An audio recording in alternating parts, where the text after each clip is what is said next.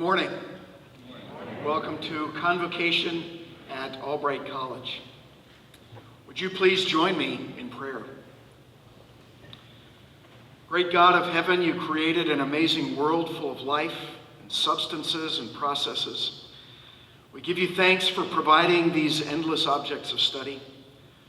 They give us food for our minds and stimulation for our hearts. And the privilege of study and learning is one of the great gifts you've bestowed upon humankind.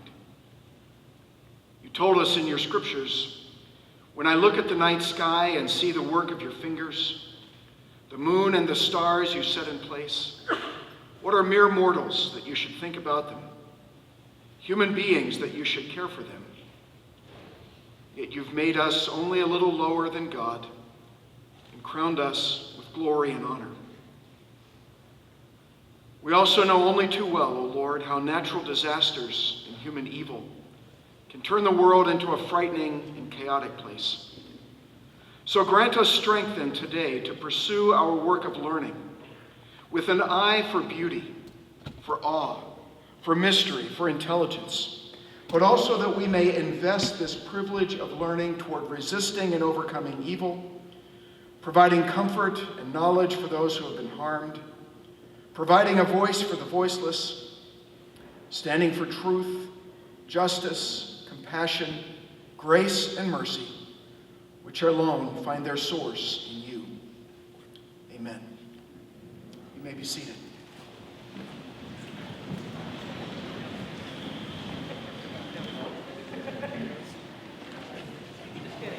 My apologies, I'm kidding.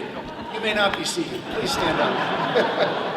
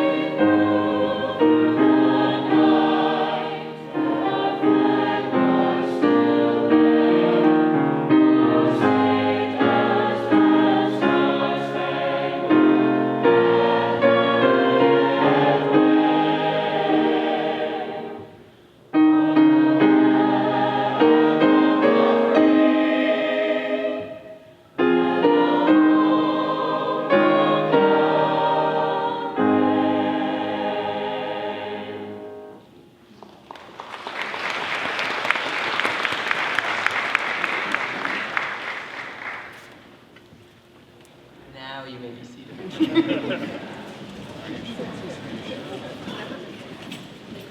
Thank you for believing us. Thank you, Connor and Miranda and Beverly, for your beautiful musical performances that welcomed us, and also to the Convocation Choir under the direction of Kevin Dibble, our Director of Choral Studies, accompanied by Jeff Lentz, our Senior Artist in Residence. They will be back later in the program. Thank you also to our ushers and pops and marshals and facilities staff who work so diligently behind the scenes to make this morning so special, and especially to my assistant, Karen Schuker, who keeps me organized, sort of. It's a tough job. So what is convocation? It's a word derived from the Latin, convocare. It means to call together. In an academic community, we come together to celebrate and welcome our first-year students, that's you, and we also convoke, it's also a verb I learned, at the capstone celebration of graduating seniors. This is our recognition of the scholarly circle of life. One comes in and another goes out. We celebrate these entrances and exits because students are our lifeblood. That's why we're here. the incoming first-year class, you, come in with great potential to learn and to grow, to expand your sense of individuality alongside an expanding set of experiences that you will encounter, and they center on a sense of belonging to your college, your alma mater, more Latin, literally meaning generous mother, but referring to something providing nourishment, maybe food for thought. In turn, the graduating seniors go out with great potential to demonstrate the skill sets that they have developed, to advance their career aspirations and lifelong learning while making important contributions to society. As members of the academic community, we stand in awe of this process, this continual renewal of students coming and going. At Albright, our convocation is a true calling together of members of our community. We've gathered here today to welcome you, our new students, into our learning community. And I'm pleased to introduce you to many of the people who make Albright such a thriving and thoughtful community. These colleagues that you're about to meet have joined me on the stage this morning, and they represent many resources at Albright College. They're just a few of the many people who support you. We're limited by stage size. But we have many people who support you and guide you in ways that are both seen and unseen. And we are wishing you our best as you embark and continue on your educational journey. So please hold your applause until I finish introducing everyone, but listen carefully to their names. They're people you're gonna see over and over again. And you're gonna say, I remember that. Look for their faces on campus. And we hope that you'll encounter these and many more people as you familiarize yourself with our community. So ready? All right. Mike Miller, Catering Manager, Dining Services. Amanda Higginbotham, Director of Residential Life and Title IX Deputy Coordinator. Faith Guzzo, Class of 2020, majoring in business with a track in marketing and digital media minor. And she is your president of the Student Government Association. You could cheer for her. Christopher Deegan, Class of 2011, Circulation Technician and Library Evening Supervisor. Dominique Washington, Charmin Bryant, and Robin Vasic, who's Class of 2011. These are our Student Success Specialists in our Office of Student Success. Ashley Adam, Employment Coordinator for Human Resources. Frank Schaefer, Mailroom Clerk. Jason Herr, Class of 2008, our Acting Chief Information Officer. Becky Makowicki, Class of 2016, our Tutor Coordinator in the Academic Learning Center. Dr. Samantha Wessner, Vice President of Student and Campus Life and our Chief Health Officer. Julia Scheck, Dining Supervisor, Dining Services. Christy Agnesi, Vice President for Advancement. Josh Kratz, Human Resources Specialist.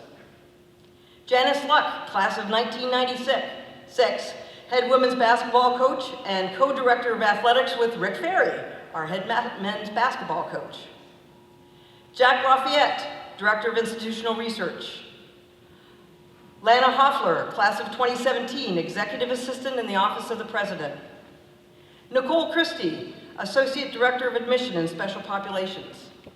Paul Jansen, Director of our Center for Excellence in Local Government. Ralia Rydaxis, Class of 1987, Vice President for Alumni and Donor Engagement in our Division of Advancement. Greg Fulmer, Vice President for Administrative and Financial Services. Jake Walsh, Class of 2020, Political Science major with a Legal Studies minor. He's also a Writing Center tutor and tutor manager. Janelle Bentz, Class of 2015, Operations Coordinator in our School of Professional Studies. Sandy Bain, our Administrative Assistant for the Experiential Learning and Career Development Office. Tom Albert, our Public Safety Officer and Shuttle Driver. Jason Williams, Class of 2020, majoring in business on the finance track, a lead resident assistant of the Affinity Housing. Jennifer Stout, Vice President for Communications. Paul Sierri, Class of 2020, fashion major on the design track with a French minor and POP steering committee member. Oh. Jen Willis, Head Women's Lacrosse Coach. Tiffany Clayton, Class of 2008, Director of the Office of Student Involvement and Leadership and Coordinator of Multicultural Programs. Keith Walls, Greek Life and Office of Student Involvement and Leadership Coordinator. Lachey Eddy, Class of 2020, English major with minor in photography and POP steering committee member. Also from the Office of Student Success, Dr. Laura Depew, our Teaching and Learning Director, and Dr. Michael Verno, Title III Activities Director. Mike Pilot, Lead Client Services Specialist in the Division of Digital Strategies and Infrastructure. Dr. Julia Matthews, Associate Dean of Student Academic Success and Associate Professor of Theater. Kristen Woodward, Professor of Art.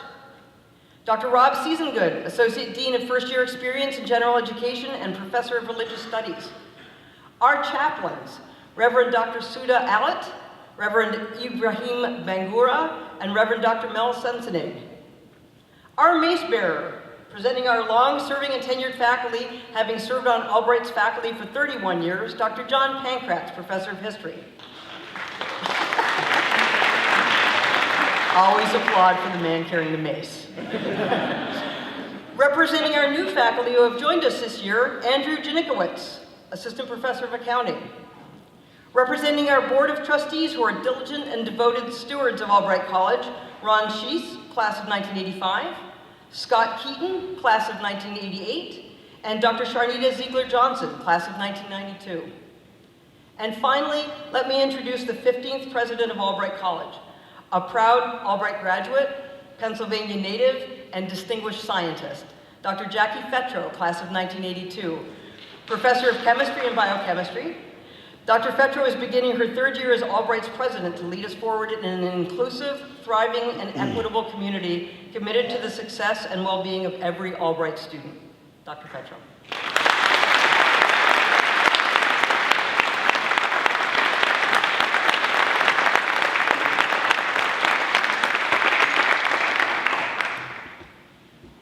Thank you, Provost Campbell, and good morning to each of you on this ugly, rainy morning.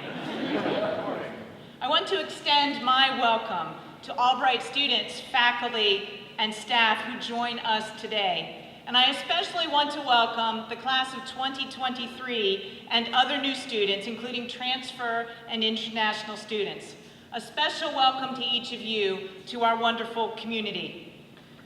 Part of our student success and ultimately our graduates' success in an ever-changing workforce begins right here with each of us and those whom you've just met, encouraging you, the Albright students, to cross majors, personalize your areas of study. Albright is different in that we look for ways to interconnect topics and to help you interconnect topics to enhance your ability to ask and answer the unsolved questions and tackle those major problems that cross disciplinary boundaries. This kind of education is so very important to prepare you for lives and careers, for the jobs that with the technology that has not yet been invented, and these faculty and staff who you met today and so many beyond this chapel, we are here to help you succeed. We are committed to your success. And to the new students, we are looking forward to seeing what you accomplish here. As Provost Campbell said, today we gather for Convocation. Convocation, a word that means the calling together of the people. And as she said, we are called together, Albright faculty, students, and staff, to celebrate the opening of our 2019-2020 academic year. The start of new academic years like this one, they offer the opportunities to start anew, new relationships, new perspectives, and new beginnings. As I shared yesterday with my welcome to new students and new parents, Albright offers each student and each faculty member and each staff member many opportunities, new friends, new experiences, new seminars, new theater performances, speakers, and athletic events, and on and on. And I want to extend the challenge I offered to the new students yesterday to everyone in our community. I challenge each of us to take this beginning of this new academic year, each of us, faculty, staff, student leaders, new students, and all returning students, to take advantage of the new beginning that the academic year offers. Engage in the Albright community in a way you have not done before. Experience our campus during this fall semester by doing things you wouldn't normally do. Attend an experience event, a seminar, an athletic event, or a gallery performance that you have not yet seen. Your experience of and engagement with this community will be enhanced by doing so. I want to again welcome everyone to the 2019 to 2020 academic year. I'm looking forward to getting to know each of our new students and welcome all returning students. Congratulations and welcome.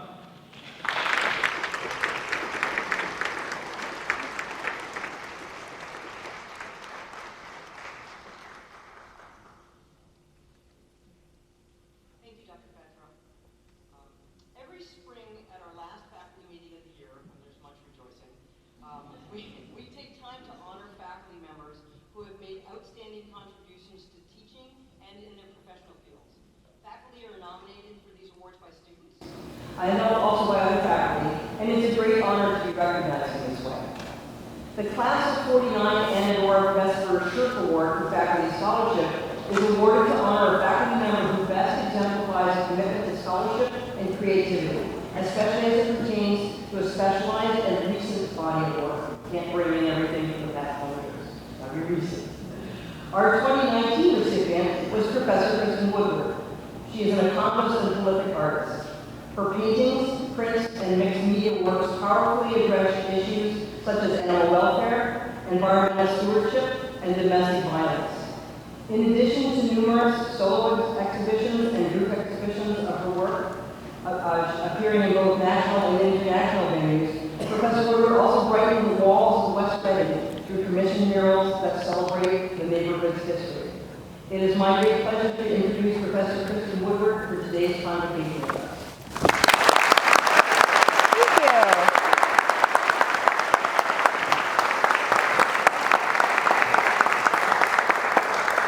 Good morning on this very early morning. I was asked to speak with you a bit today about my research, and it is my great pleasure. I want it all, and I want it now. Brian May for Queen. We are living in an age of immediate gratification and instant data retrieval, which can sometimes be a challenge to the distillation of an idea. I have found in my 21 years at this liberal arts college that the path to answering a question can be as rewarding as finding the answer.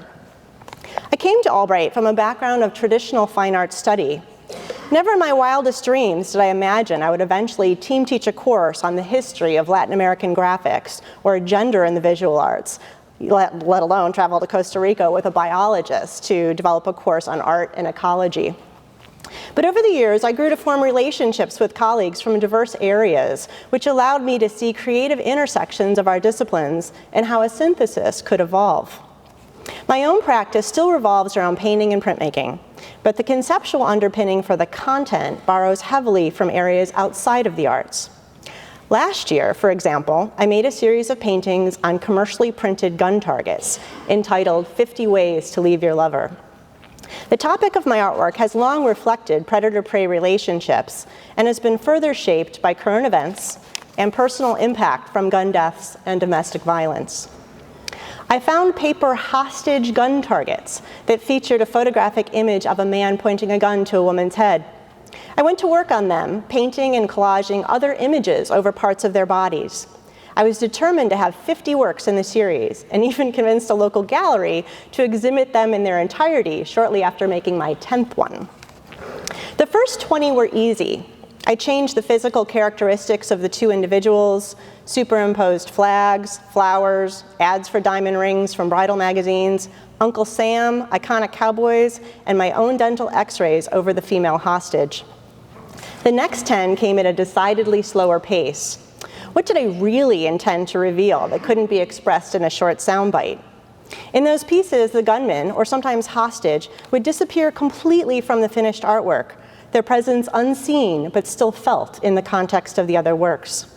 The next 10 came even more slowly. What hadn't I said already? I consulted friends. They revealed deeply personal experiences and insights from their disciplines that caused me to go deeper still. The last 10, I didn't think I'd make it. Perhaps this is like a runner finishing a long race. I don't know this from personal experience, but there is those of you that know me know I don't run. But there is something to be said for pushing past one's comfort level. This I know. And why was I so determined to make 50? I can blame the Paul Simon song by the same title, of course, but that's the easy answer. The more honest one is that I had committed myself to a goal. I imagined a series in its entirety, and 43 or 44 just didn't cut it. Making those last few paintings was excruciating. I didn't even want to go into my studio with that deadline hanging over those last few works. The gap between time of completion went from 1 or 2 a day to 1 a week. Some ended up in the trash. And then, with 4 paintings remaining to go and the show a couple weeks away, I realized I was 1 target short. And as with most retail purchases, consumers bore easily, and so the stock changes. I couldn't find my all too familiar hostage couple. But to my surprise, I found another target of the same female model who was my hostage on a different target, this time alone, holding a gun pointed back at the viewer. It was a serendipitous closure to the series. In the time I took to reimagine her on paper 49 times, she had turned back towards me, now in control of her body and space. I encourage students to start early on long-term assignments. Longer growth usually bears sweeter fruit. The distance between your initial idea and finished piece may not be a direct line. Ask professors and friends. Go to the actual library. Not only can you browse through stacks of books, but there are people there, and those people want to help you. I had always attributed the song I Want It All to Freddie Mercury, but my colleagues in music informed me it was written by May, and while recorded by Mercury, he never had the chance to perform it live. But by embracing his creative peers and opening himself up to collaboration, he arguably became his best self.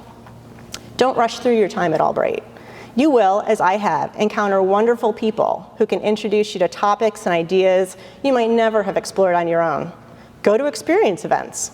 I've attended some amazing events over the years that have changed my outlook about the world around me. All of it is waiting for you if you want it now.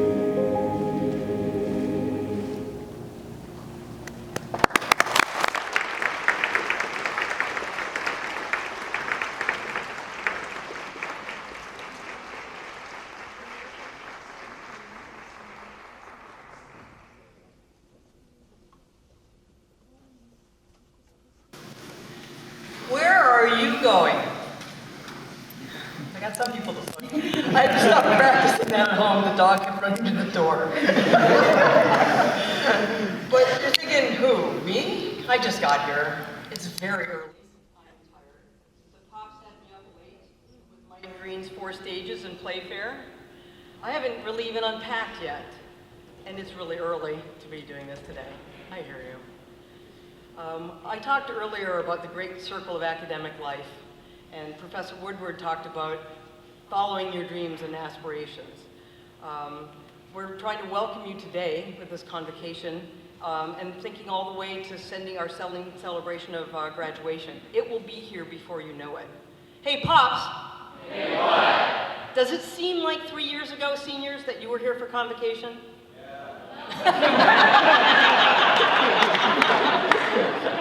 Never ask a question you don't want the answer to. As you engage more with Albright College community, your life will become more and more filled with so many pursuits. Classes, res life, clubs, athletics, volunteer opportunities, work, social groups, study groups. Yes, pursuits is another word for activities.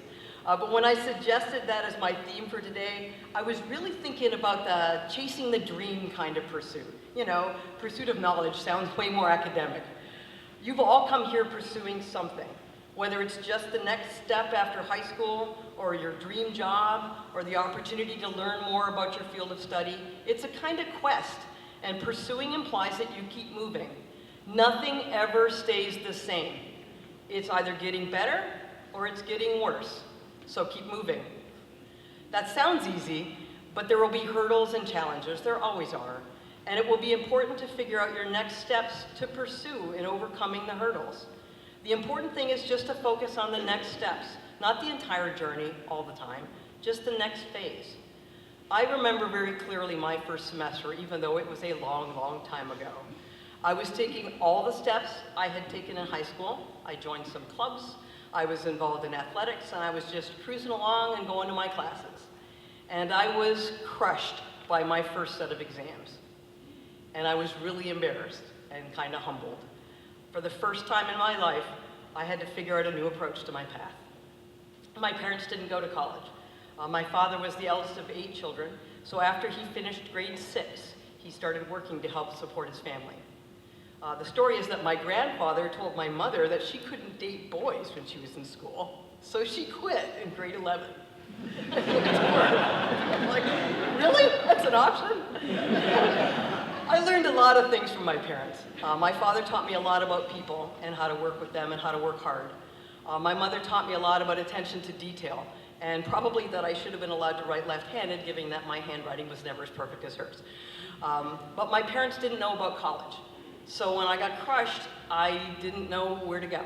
I think they thought I knew about college. I did too, I thought I knew, until that first set of exams. There are many faculty and academic support people here on campus who, like me, were the first in their families to have gone to college. We're called first-generation students. Faculty and staff, if you are first-gen, can you please stand? Thank you.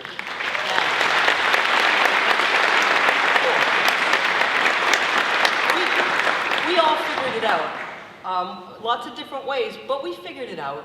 And we learned a lot, and in the meantime, we've also learned that it helps to have lots of other people on campus to help our students figure out those next steps. These are many of the people that you have seen today, and many, many more that you will meet. Your academic advisor, your resident assistants, your coaches, your first-year seminar instructor, all of your instructors, the student success specialists and academic learning center staff, your pops. Hey, Pops. Hey, what? I love that. Who helps you? Shout it out. Who helps you? My friend. Cool. There's always help. And you know what? To be honest, even if your parents did go to college, it doesn't help that much. A lot of this is still up to you.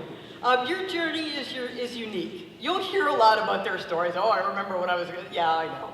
I did that to my son. It's not the same, it's yours. It's not the same as their experience. It's not even the same as your friends or your roommates or your brothers or your sisters. It's yours. And the successes will be yours and the hurdles will be yours. And the next step that you take in pursuing your goals will be yours. Nothing ever stays the same.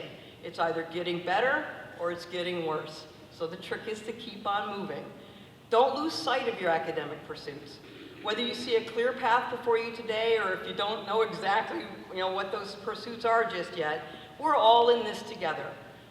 One more Latin word for the day. Community has Latin origin. It's derived from communis, or the old French communauté. It means common.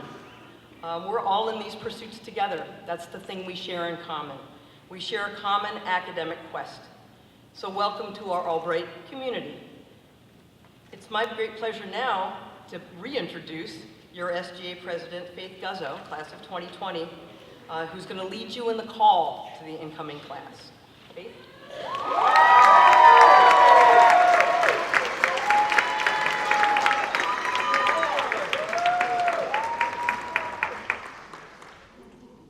Class of 2023.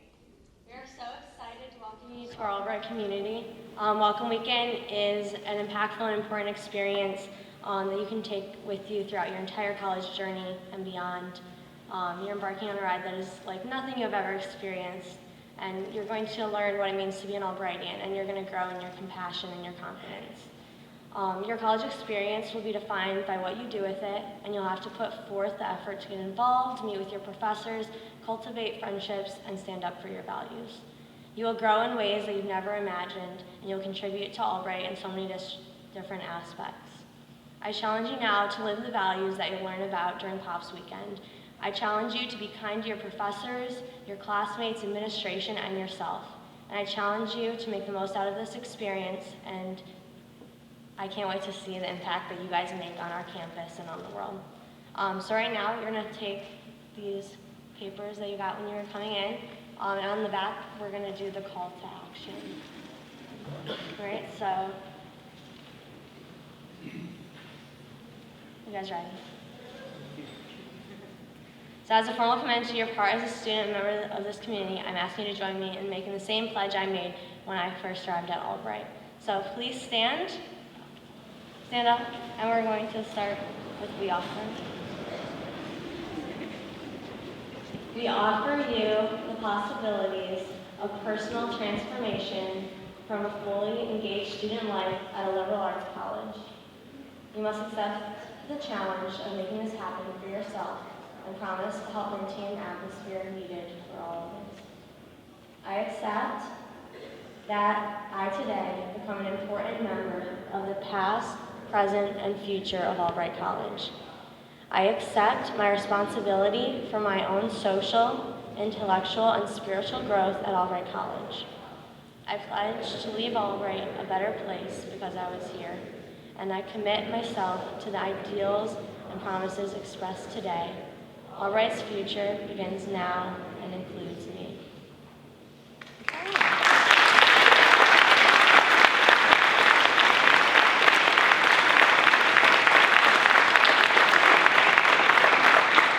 Now I'm going to ask you to remain standing, and everyone else please stand if you're able and join in the singing of our alma mater.